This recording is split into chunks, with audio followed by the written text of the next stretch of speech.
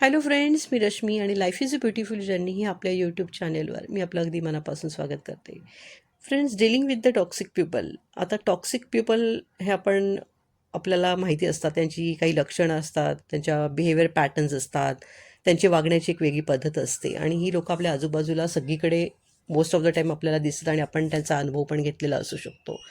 आपल्या घरातली व्यक्तीसुद्धा टॉक्सिक असू शकते, आपल्या ऑफिसमधलं कोणीतरी टॉक्सिक असू शकतं, आपल्या शेजारी पाजारी अवतीभोवती असे टॉक्सिक म्हणजे अगदी ज्यांचं वागणं हार्मफुल आहे, ज्यांच्यामुळे आपल्याला मानसिक त्रास होतो, शारीरिक त्रास होतो, आपलं लाईफ अगदी कधी-कधी उद्ध्वस्त होण्याच्या मार्गावर असतं.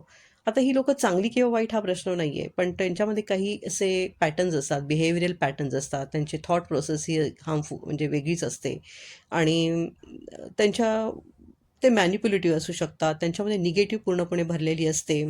त्यांच्याबरोबर राहिल्यानंतर आपल्याला असं वाटतं की आपली एनर्जी ड्रेन व्हायला लागली. म्हणजे आपल्याला ते नकोसे वाटतात. त्यांच्याबरोबर राहणं, त्यांच्याशी बोलणं पण आपल्याला नको वाटतं. अशी माणसं जर आपल्या लाईफमध्ये असतील, तर आपण काय केलं पाहिजे?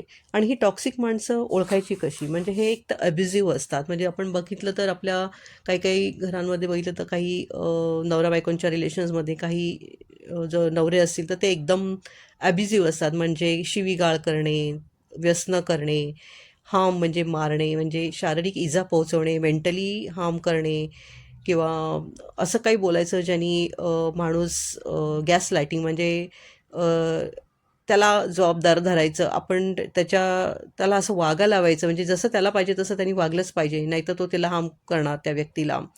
अशा प्रकारे पूर्णपणे ती व्यक्ती निगेटिव्हिटीनी भरलेली असते. आणि ह्या लोकांना नेहमी प्रॉब्लेम असतात. म्हणजे तुम्ही कधीही पण जा त्यांच्या बरोबर राहायचं म्हणजे तुमच्यासाठी एक प्रॉब्लेम होऊन जातो. ते उचकवायला बघतात किंवा भडकवायला बघतात आणि त्यांना असं वाटतं की सगळ्यांनी प्रमाणेच वागलं पाहिजे आणि काही चूक नसताना मग दुसऱ्याला जबाबदार धरायचं आणि त्यांच्यामध्ये इम्पॅथी नसते. म्हणजे त्यांना दुसऱ्यांबद्दल असं काही वाईट वगैरे काही वाटत नाही. उलटं ते आसुरी आनंद उपभोगतात आणि दुसऱ्यांना ब्लेम करायचं. प्रत्येक वेळेला आपली निगेटिव्हिटी आपण जर काही करू नाही शकलो लाईफमध्ये, तर ते दुसऱ्याला ब्लेम करायचं. अशी ही पूर्ण एक निगेटिव्ह पॅटर्न असलेली व्यक्ती जर आपल्या लाईफमध्ये असेल, तर तुम्ही समजू शकता की किती त्रास होत असेल त्या व्यक्तीला. जर ती लाईफ पार्टनर असेल किंवा स्वतःचा आपला मुलगा किंवा मुलगी असेल किंवा घरातील कुठली पण व्यक्ती असेल जिला आपण टाळू नाही शकत किंवा ऑफिसमध्ये एखादी कलीग असेल किंवा आपला बॉस असेल किंवा आपले शेजारी असतील आणि अशा व्यक्तींबरोबर आपल्याला रोज राहायचं आहे आणि हा त्रास सहन करायचा आहे. ना त्यांना टाळता येत ना त्यांच्याबरोबर राहता येत. अशी जेव्हा परिस्थिती होते, तेव्हा आपल्याला स्वतःला सांभाळायला हवं. म्हणजे आपण एक बाउंडरीज सेट करायला हव्यात, की आपल्याला कसं वागलं पाहिजे, कसं बोललं पाहिजे, किती प्रमाणात त्या व्यक्तीला आपल्याला रिॲक्ट करायचं का रिस्पॉन्ड करायचं हे आपल्याला कळलं पाहिजे. कारण अशा व्यक्ती तुमच्या आयुष्यात असतील, तर त्यांच्यापासून पळून जाऊन तुम्हाला चालणार नाही. तुम्हाला काही ना काही तुम्हाला नाही म्हणता आलं पाहिजे. तुम्ही त्यांना लिमिट क्रॉस करून न द्यायला पाहिजे. म्हणजे तेव्हा तुम्हाला सुरुवातीला जाणवतं, की ही व्यक्ती आपल्याशी अशी वागते, तर त्याला वाढवू देऊ नका. तेव्हाच त्याला विरोध करा आणि वेळप्रसंगी मदत घ्या, व्यक्त व्हा. म्हणजे जर तुम्हाला वाटते, की या व्यक्तीपासून मला त्रास होतो आणि मी दबली जाते, मी माझा आवाज नाही त्याच्यासमोर बोलू नाही शकत आहे आणि ती घरातलीच व्यक्ती आहे आणि मला खूप त्रास होते, तर अशा वेळेला तुम्ही फर्म राहा आणि कोणाची तरी मदत घ्या. आपले कोणी मैत्रीण असेल, फ्रेंड सर्कलमध्ये असेल, कोणी मोठी माणसं असतील घरातली, तर त्यांच्याशी वेळीच व्यक्त व्हा. नाहीतर हा त्रास तुम्हाला वाढत जाऊन तुमची मेंटल हेल्थवर खूप परिणाम होऊ शकतो. त्याचा परिणाम तुमच्या शारीरिक हेल्थवर आणि घरातच वातावरण तर ऑलरेडी बिघडलेलं असतं किंवा ऑफिसमध्ये जर तुम्ही दबून राहिलात, तर ती व्यक्ती तुमचा फायदा घेणार आणि तुम्ही त्याच वातावरणामध्ये मध्ये दबून राहणार. त्याच्या अगेन्स्ट तुमची बोलायची हिंमतच नाही होणार. पण काही कालांतराने तुम्हाला त्याचा वीट येईल किंवा तुम्हाला नकोसं होईल आणि मग ते काहीतरी वेगळं घडण्याआधीच स्वतःला सावरा. वेळीच व्यक्त व्हा, मदत घ्या. काही चुकीचं असेल तर त्याला विरोध करायला शिका. अ, अशा व्यक्तींशी बोलताना एकतर त्यांच्यापासून डिस्टन्स मेंटेन करा. त्यांना रिॲक्ट होऊ नका. थोडा स्पेस ठेवा. कारण हे लोकं ते रिॲक्ट व्हायलाच बघत असतात. म्हणजे तुम्ही जर काही बोलले आणि तुम्ही त्यांना रिॲक्ट केलं, तर ते भांडायला बसलेले असतात. ॲग्रेसिव्ह होऊ शकतात. तुम्हाला हार्म पोहोचवू शकतात. सो आपल्याला माहिती असतं, की ह्या व्यक्तीला प्रॉब्लेम आहे. तर आपण स्वतःच त्याच्यापासून दूर राहायला शिकलं पाहिजे. एक अंतर मेंटेन करायचं, स्वतःला वेळ द्यायचा, स्वतःकडे लक्ष द्यायचं, व्यायाम करायचा, चांगल्या आपले जर काही पॅशन असेल तर ते फॉलो करायचं आणि ह्या लोकांपासून शक्यतो दूर राहायचं, थोडं मेंटेन करायचं आणि थोडं आपणही आपल्याला फर्म ठेवायचं, की ती व्यक्ती जर आपल्याला काही हार्म करत असेल तर वेळीच त्या व्यक्तीला विरोध करायचा. मदत लागली तर नक्की मदत घ्या. आणि सोल्युशनकडे फोकस करा. प्रॉब्लेम तर आहेच. तुम्हाला माहिती आहे की ती व्यक्ती प्रॉब्लेमॅटिकच आहे आणि आपण इथं राहिलं तर आपल्याला हा प्रॉब्लेम होणार आहे.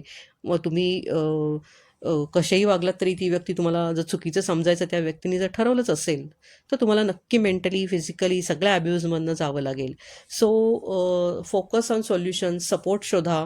कोणीतरी एक व्यक्ती असेल तुमच्या लाईफमध्ये किंवा तुम्ही तज्ञांची मदत घेऊ शकता, अगदीच वेळ आली तर. बाउंडरीज सेट करणं फार महत्त्वाचं आहे. म्हणजे कोणी किती बोलायचं आणि किती नाही, कोण आपल्या लाईफमध्ये किती इम्पॉर्टंट आहे हे तुम्हाला ओळखता आलं पाहिजे. म्हणजे ज्या व्यक्तीशी आपण लिमिटमध्ये राहूनच बोलायचं.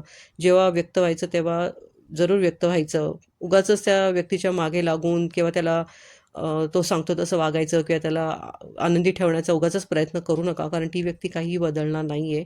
तुम्हाला तुमच्यातच बदल घडवायला लागतील आणि एकदा जर त्या व्यक्तीला कळलं की तुम्ही त्या व्यक्तीचं सगळं ऐकता, तर ते तुम्हाला खूप मानसिक, शारीरिक त्रास देतील, मॅनिप्युलेटिव्ह वागतील आणि तुम्ही त्या कचाट्यात सापडून राहाल. आणि जेव्हा तुम्हाला टाळता येईल तेव्हा शक्यतो त्या व्यक्तीला टाळा. स्वतःची सेल्फ केअर करा, स्वतःची काळजी घ्या. अ, आणि कीप इन शॉर्ट म्हणजे तुमचं कन्व्हर्सेशन असेल ते शॉर्टमध्ये ठेवा. कम्युनिकेशन करताना काळजी घ्या, कारण शेवटी सगळं बोलण्यामध्येच येतं. म्हणून समोरचा माणूस जर अग्रेसिव्ह असेल आणि आपण जर त्या व्यक्तीला पुन्हा त्याच टोनमध्ये उत्तर दिलं, तर तो अजून उचकण्याची किंवा अजून भडकण्याची शक्यता असते. तर अशा वेळेला आपण थोडं शांत राहून थोडं एक स्पेस ठेवून आपण जर थोडं रिॲक्ट व्हायच्या ऐवजी रिस्पॉन्ड केलं, तर थोडं मॅनिप्युलेटली आपण पण वागायला शिकलं पाहिजे, की ह्या व्यक्तीला कसं टाळता येईल किंवा ह्या व्यक्तीला कसं थोडक्यात आवरता येईल. तर त्याला जास्त खतपाणी न घालता आपण आपल्याला स्वतःला सावरायला शिकलं पाहिजे. आनंदी राहायला शिका. छोट्या-छोट्या काही तुमच्या सवयी म्हणजे बदलायला शिका. आनंदी राहा लाईफमध्ये. कारण अशा व्यक्ती आपल्या अवतीभोवती नेहमीच असतात आणि प्रत्येक वेळेला जर ते आपण स्वतःवर घेतलं आणि वैयक्तिकरित्या जर आपण त्याचा आपला स्वतःला त्रास करून घेतला, तर आपण त्यातनं बाहेर निघणं खूपच कठीण असतं. आणि काही नाती अशी असतात ज्याच्यामध्ये माणूस पूर्णपणे अडकून जातो आणि स्पेसिफिकली जर ते नवरा बायकोंचं नातं असेल तर तुम्ही विचार करू शकता. मग ती बाई असेल किंवा पुरुष असेल, पूर्णपणे ते व्यक्तिमत्व दबलं जातं. कशातही त्यांना इंटरेस्ट राहत नाही आणि त्याचा परिणाम तुमच्या फॅमिलीवर पण होतो, तुमच्या कामावर होतो, तुमच्या शरीरावर होतो. संपूर्ण तुमची मानसिक, शारीरिक, फायनान्शियल, सोशल सगळीकडनं तुमची अडचण होऊन जाते, तुम्ही दबले जाता आणि लाईफ जगण्याचा इंटरेस्ट नाही राहत. तर अशा ह्या टॉक्सिक व्यक्ती असतील तर त्यांच्यापासून दूर राहायचा प्रयत्न करा. आणि इट इज नॉट इझी म्हणजे त्यांच्यापासून आपल्याला दूर करणं किंवा त्यांच्यापासून तोडणं आपल्याला शक्य नसतं. कारण मोस्ट ऑफ द टाईम आपल्याला जवळचेच लोकं जे असतात ते ही सगळी कामं करायचा प्रयत्न करतात आणि त्यांना एक आसुरी आनंद मिळतो. त्यांची पर्सनॅलिटीच तशी असते आणि आपल्याला वाटतं की माझा लाईफ पार्टनर आहे, मग हा कसा असा वागू शकतो आणि मी याच्यावर एवढं प्रेम करते तरी पण हा असा वागतो. पण त्यावेळेला तुम्ही एक लक्ष ठेवा की त्या व्यक्तीमध्ये काहीतरी प्रॉब्लेम आहे आणि तो सॉल्व्ह करणं जरुरी आहे. आणि अशा वेळेला तज्ज्ञाला पण त्यांना दाखवता आलं तर जरूर दाखवा आणि स्वतःला मानसिक त्रास करून घेऊ नका, की माझ्याबरोबरच असं का होतंय? मी वाईट आहे का? माझ्यामध्येच काही प्रॉब्लेम आहे का? तर स्वतःला गिल्टमध्ये टाकू नका. आणि स्वतःकडे लक्ष द्या आणि हे ओळखायला शिका, की काहीतरी चुकतंय, पण चांगलं वागूनही हा माणूस जर असा वागत असेल तर नक्की त्याच्यामध्ये प्रॉब्लेम आहे आणि तुम्ही त्याच्या नादी लागून आपलं स्वतःचं आयुष्य आणखीन बिघडवू नका आणि स्वतःला सावरायला शिका. कारण तुमच्यामुळे तुमची फॅमिली आहे किंवा तुम्ही जर ऑफिसमध्ये असाल तर तुमच्यासाठी ते खूप जरुरी आहे. So thank you so much. Video आवडला असेल तर नक्की लाईक, शेअर आणि सबस्क्राईब करा.